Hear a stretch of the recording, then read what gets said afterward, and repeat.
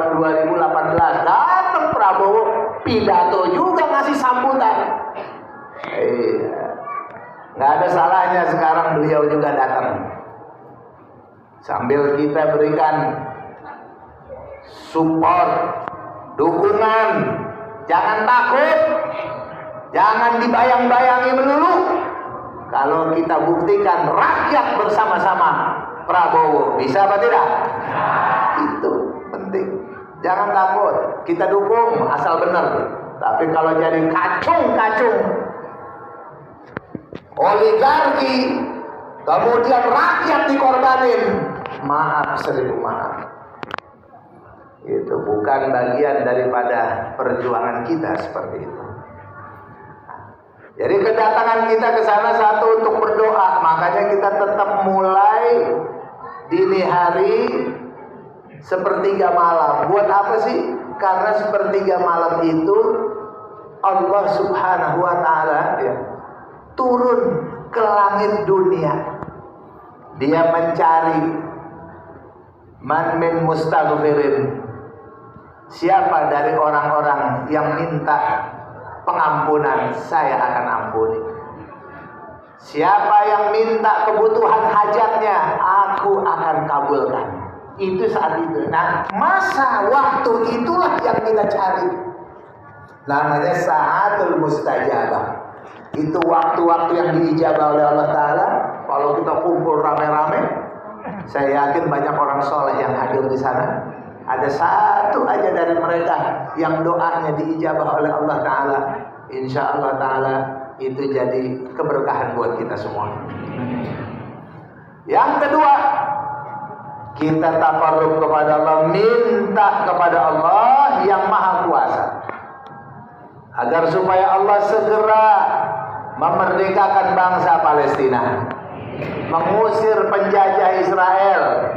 Amin ya Rabbal. Di akhirat. Itu karena kita punya kewajiban kepada mereka, punya hak. Hak Palestina itu hak nasrul mazlum. Jangankan hak muslim, hak pertama orang Palestina punya 5 hak. Pertama, dia manusia. Manusia nggak boleh dizolimi. Betul?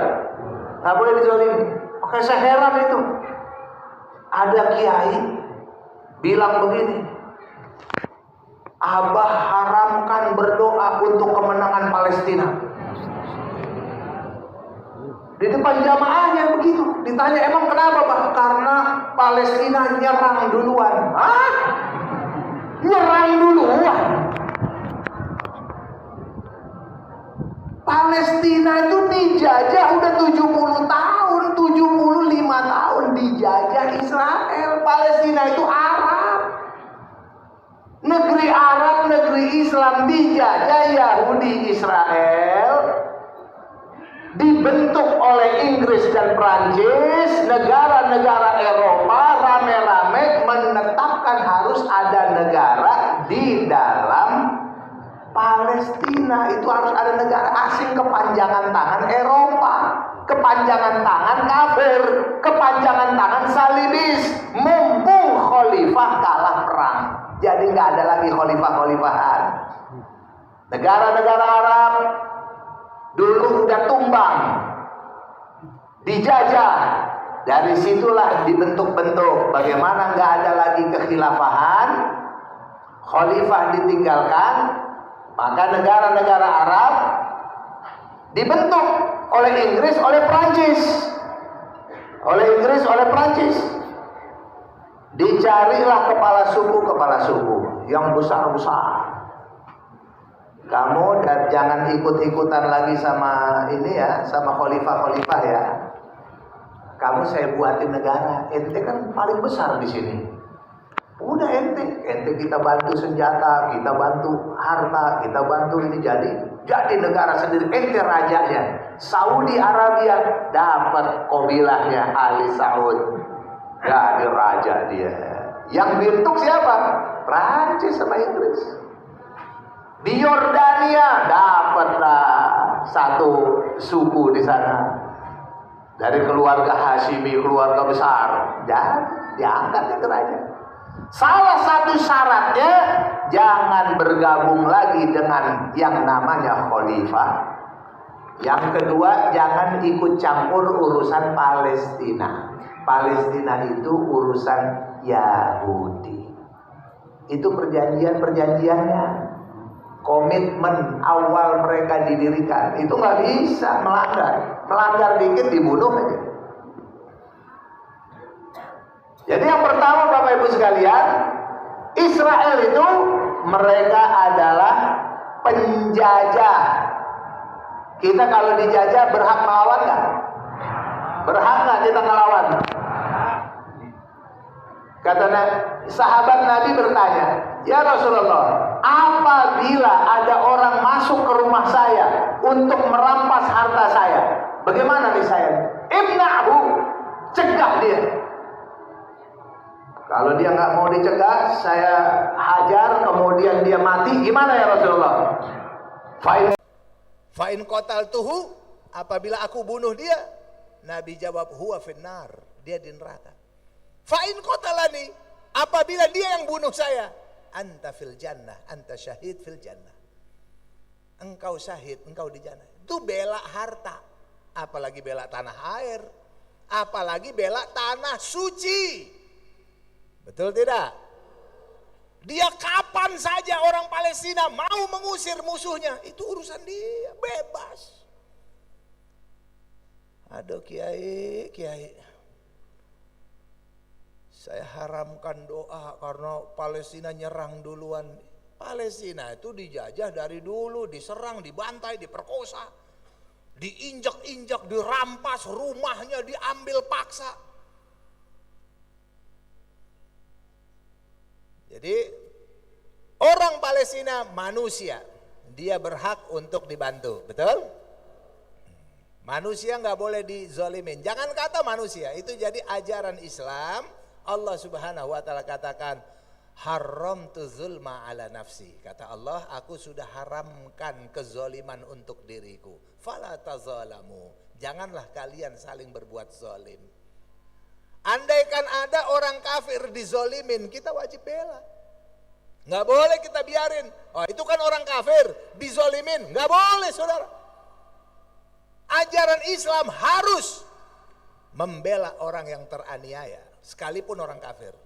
Pelaku kezoliman orang Islam wajib kita bela. Kata Nabi, unsur akhoka zaliman au mazluman.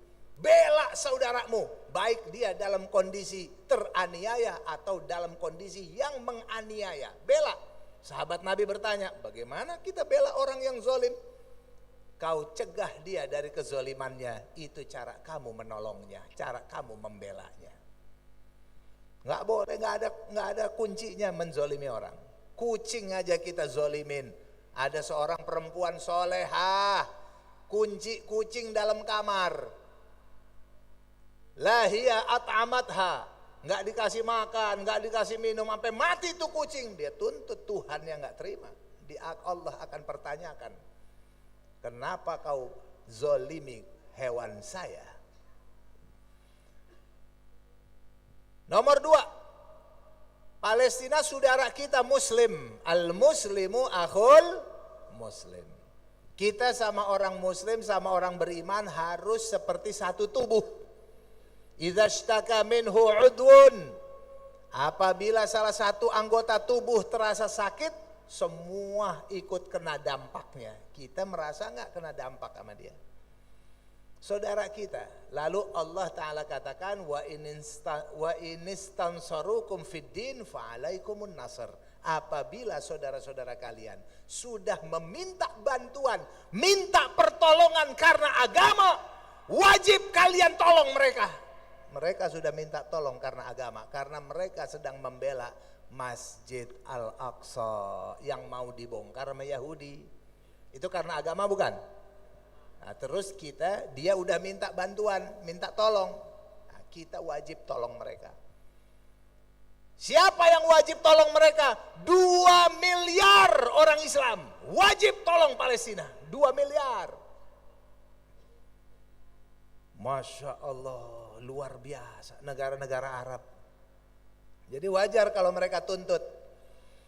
Saya tuntut orang-orang Arab, orang-orang Muslim nanti di akhirat. Kita ketemu di sana nanti. Kata dia begitu. Yang ngaku bersaudara sama saya dibinasakan begini, nggak dapat makan, nggak dapat minum, kamu nggak tolongin saya, nggak kasih makan saya, nggak kasih minum saya. Negara Arab enak, pesta-pesta hari-hari makan enak. Apalagi negara Uni Emirat Arab ngasih makan ke Israel, bukan ngasih makan saudaranya di Palestina. Haram jadah itu. Uni Emirat Arab, Mesir lagi kirim ngebantuin senjata-senjata masuk ke Israel. Subhanallah, Mesir. Lihatin tuh pemimpin-pemimpinnya. Kalau masyarakat, waduh, masyarakat anti. Pemerintahnya Saudi Arabia apalagi. Orang pakai syal begini, syal Palestina.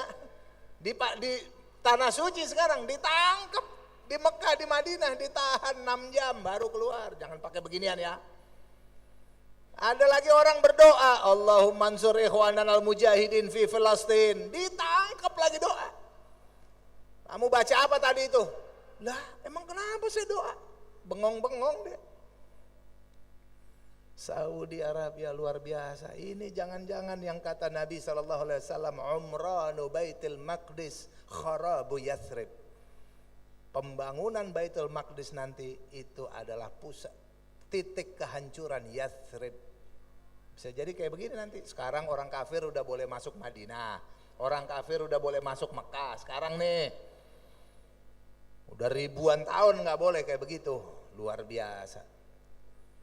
Nggak ada yang berani. Ulama kiai abis ditangkepin, abis. Sisa yang diem-diem aja, itu yang dibiarin ada. Imam-imam Masjidil Haram udah berapa tuh yang ditangkap? Sekarang di Saudi, nggak masalah. Itu semua atas takdir dan iradat Allah juga menuju akhir zaman. Jadi kita mesti ada persiapan nih.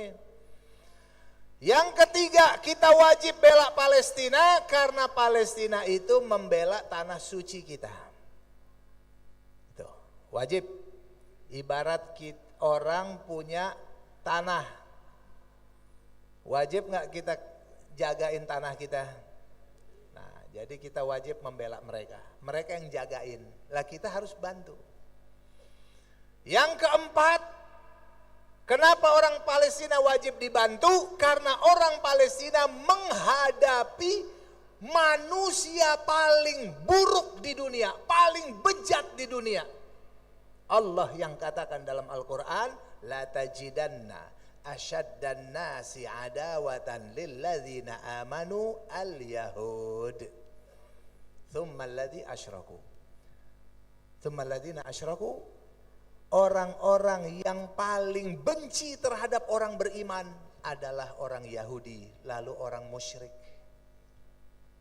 Jangan kata kita Nabi dibunuh sama dia, Nabi-nabi dibunuh sama dia. Itu ajaran mereka, nggak cocok dia bunuh. Jangan kata perempuan, anak kecil apa, habis sudah. Itu ajaran mereka begitu. Bunuh anak-anak Palestina itu berpahala. Ada satu tentara bikin video viral, bikin video kirim ke rabinya dia, ke gurunya dia. Dia bilang, wahai rabiku, maafin hari ini saya belum dapat anak Palestina. Insya Allah besok saya dapat. Saya dapat besok, saya akan bunuh dia. Itu pesan dari guru-gurunya itu, bunuh perempuannya, karena tuh perempuan nanti dia nyetak anak.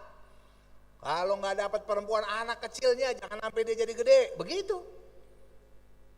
Itu ajaran mereka, berpahala Pak. Bunuh anak kecil, bunuh perempuan itu berpahala bagi mereka. Jadi yang dia hadapin orang paling benci terhadap orang beriman. Wajar kita belain dia, betul gak? Nomor 4. Nah, itu nomor 4 tadi. Nomor 5 yang terakhir, Palestina sedang melawan penjahat sedunia. Kalau kita lihat ada bednya di sini.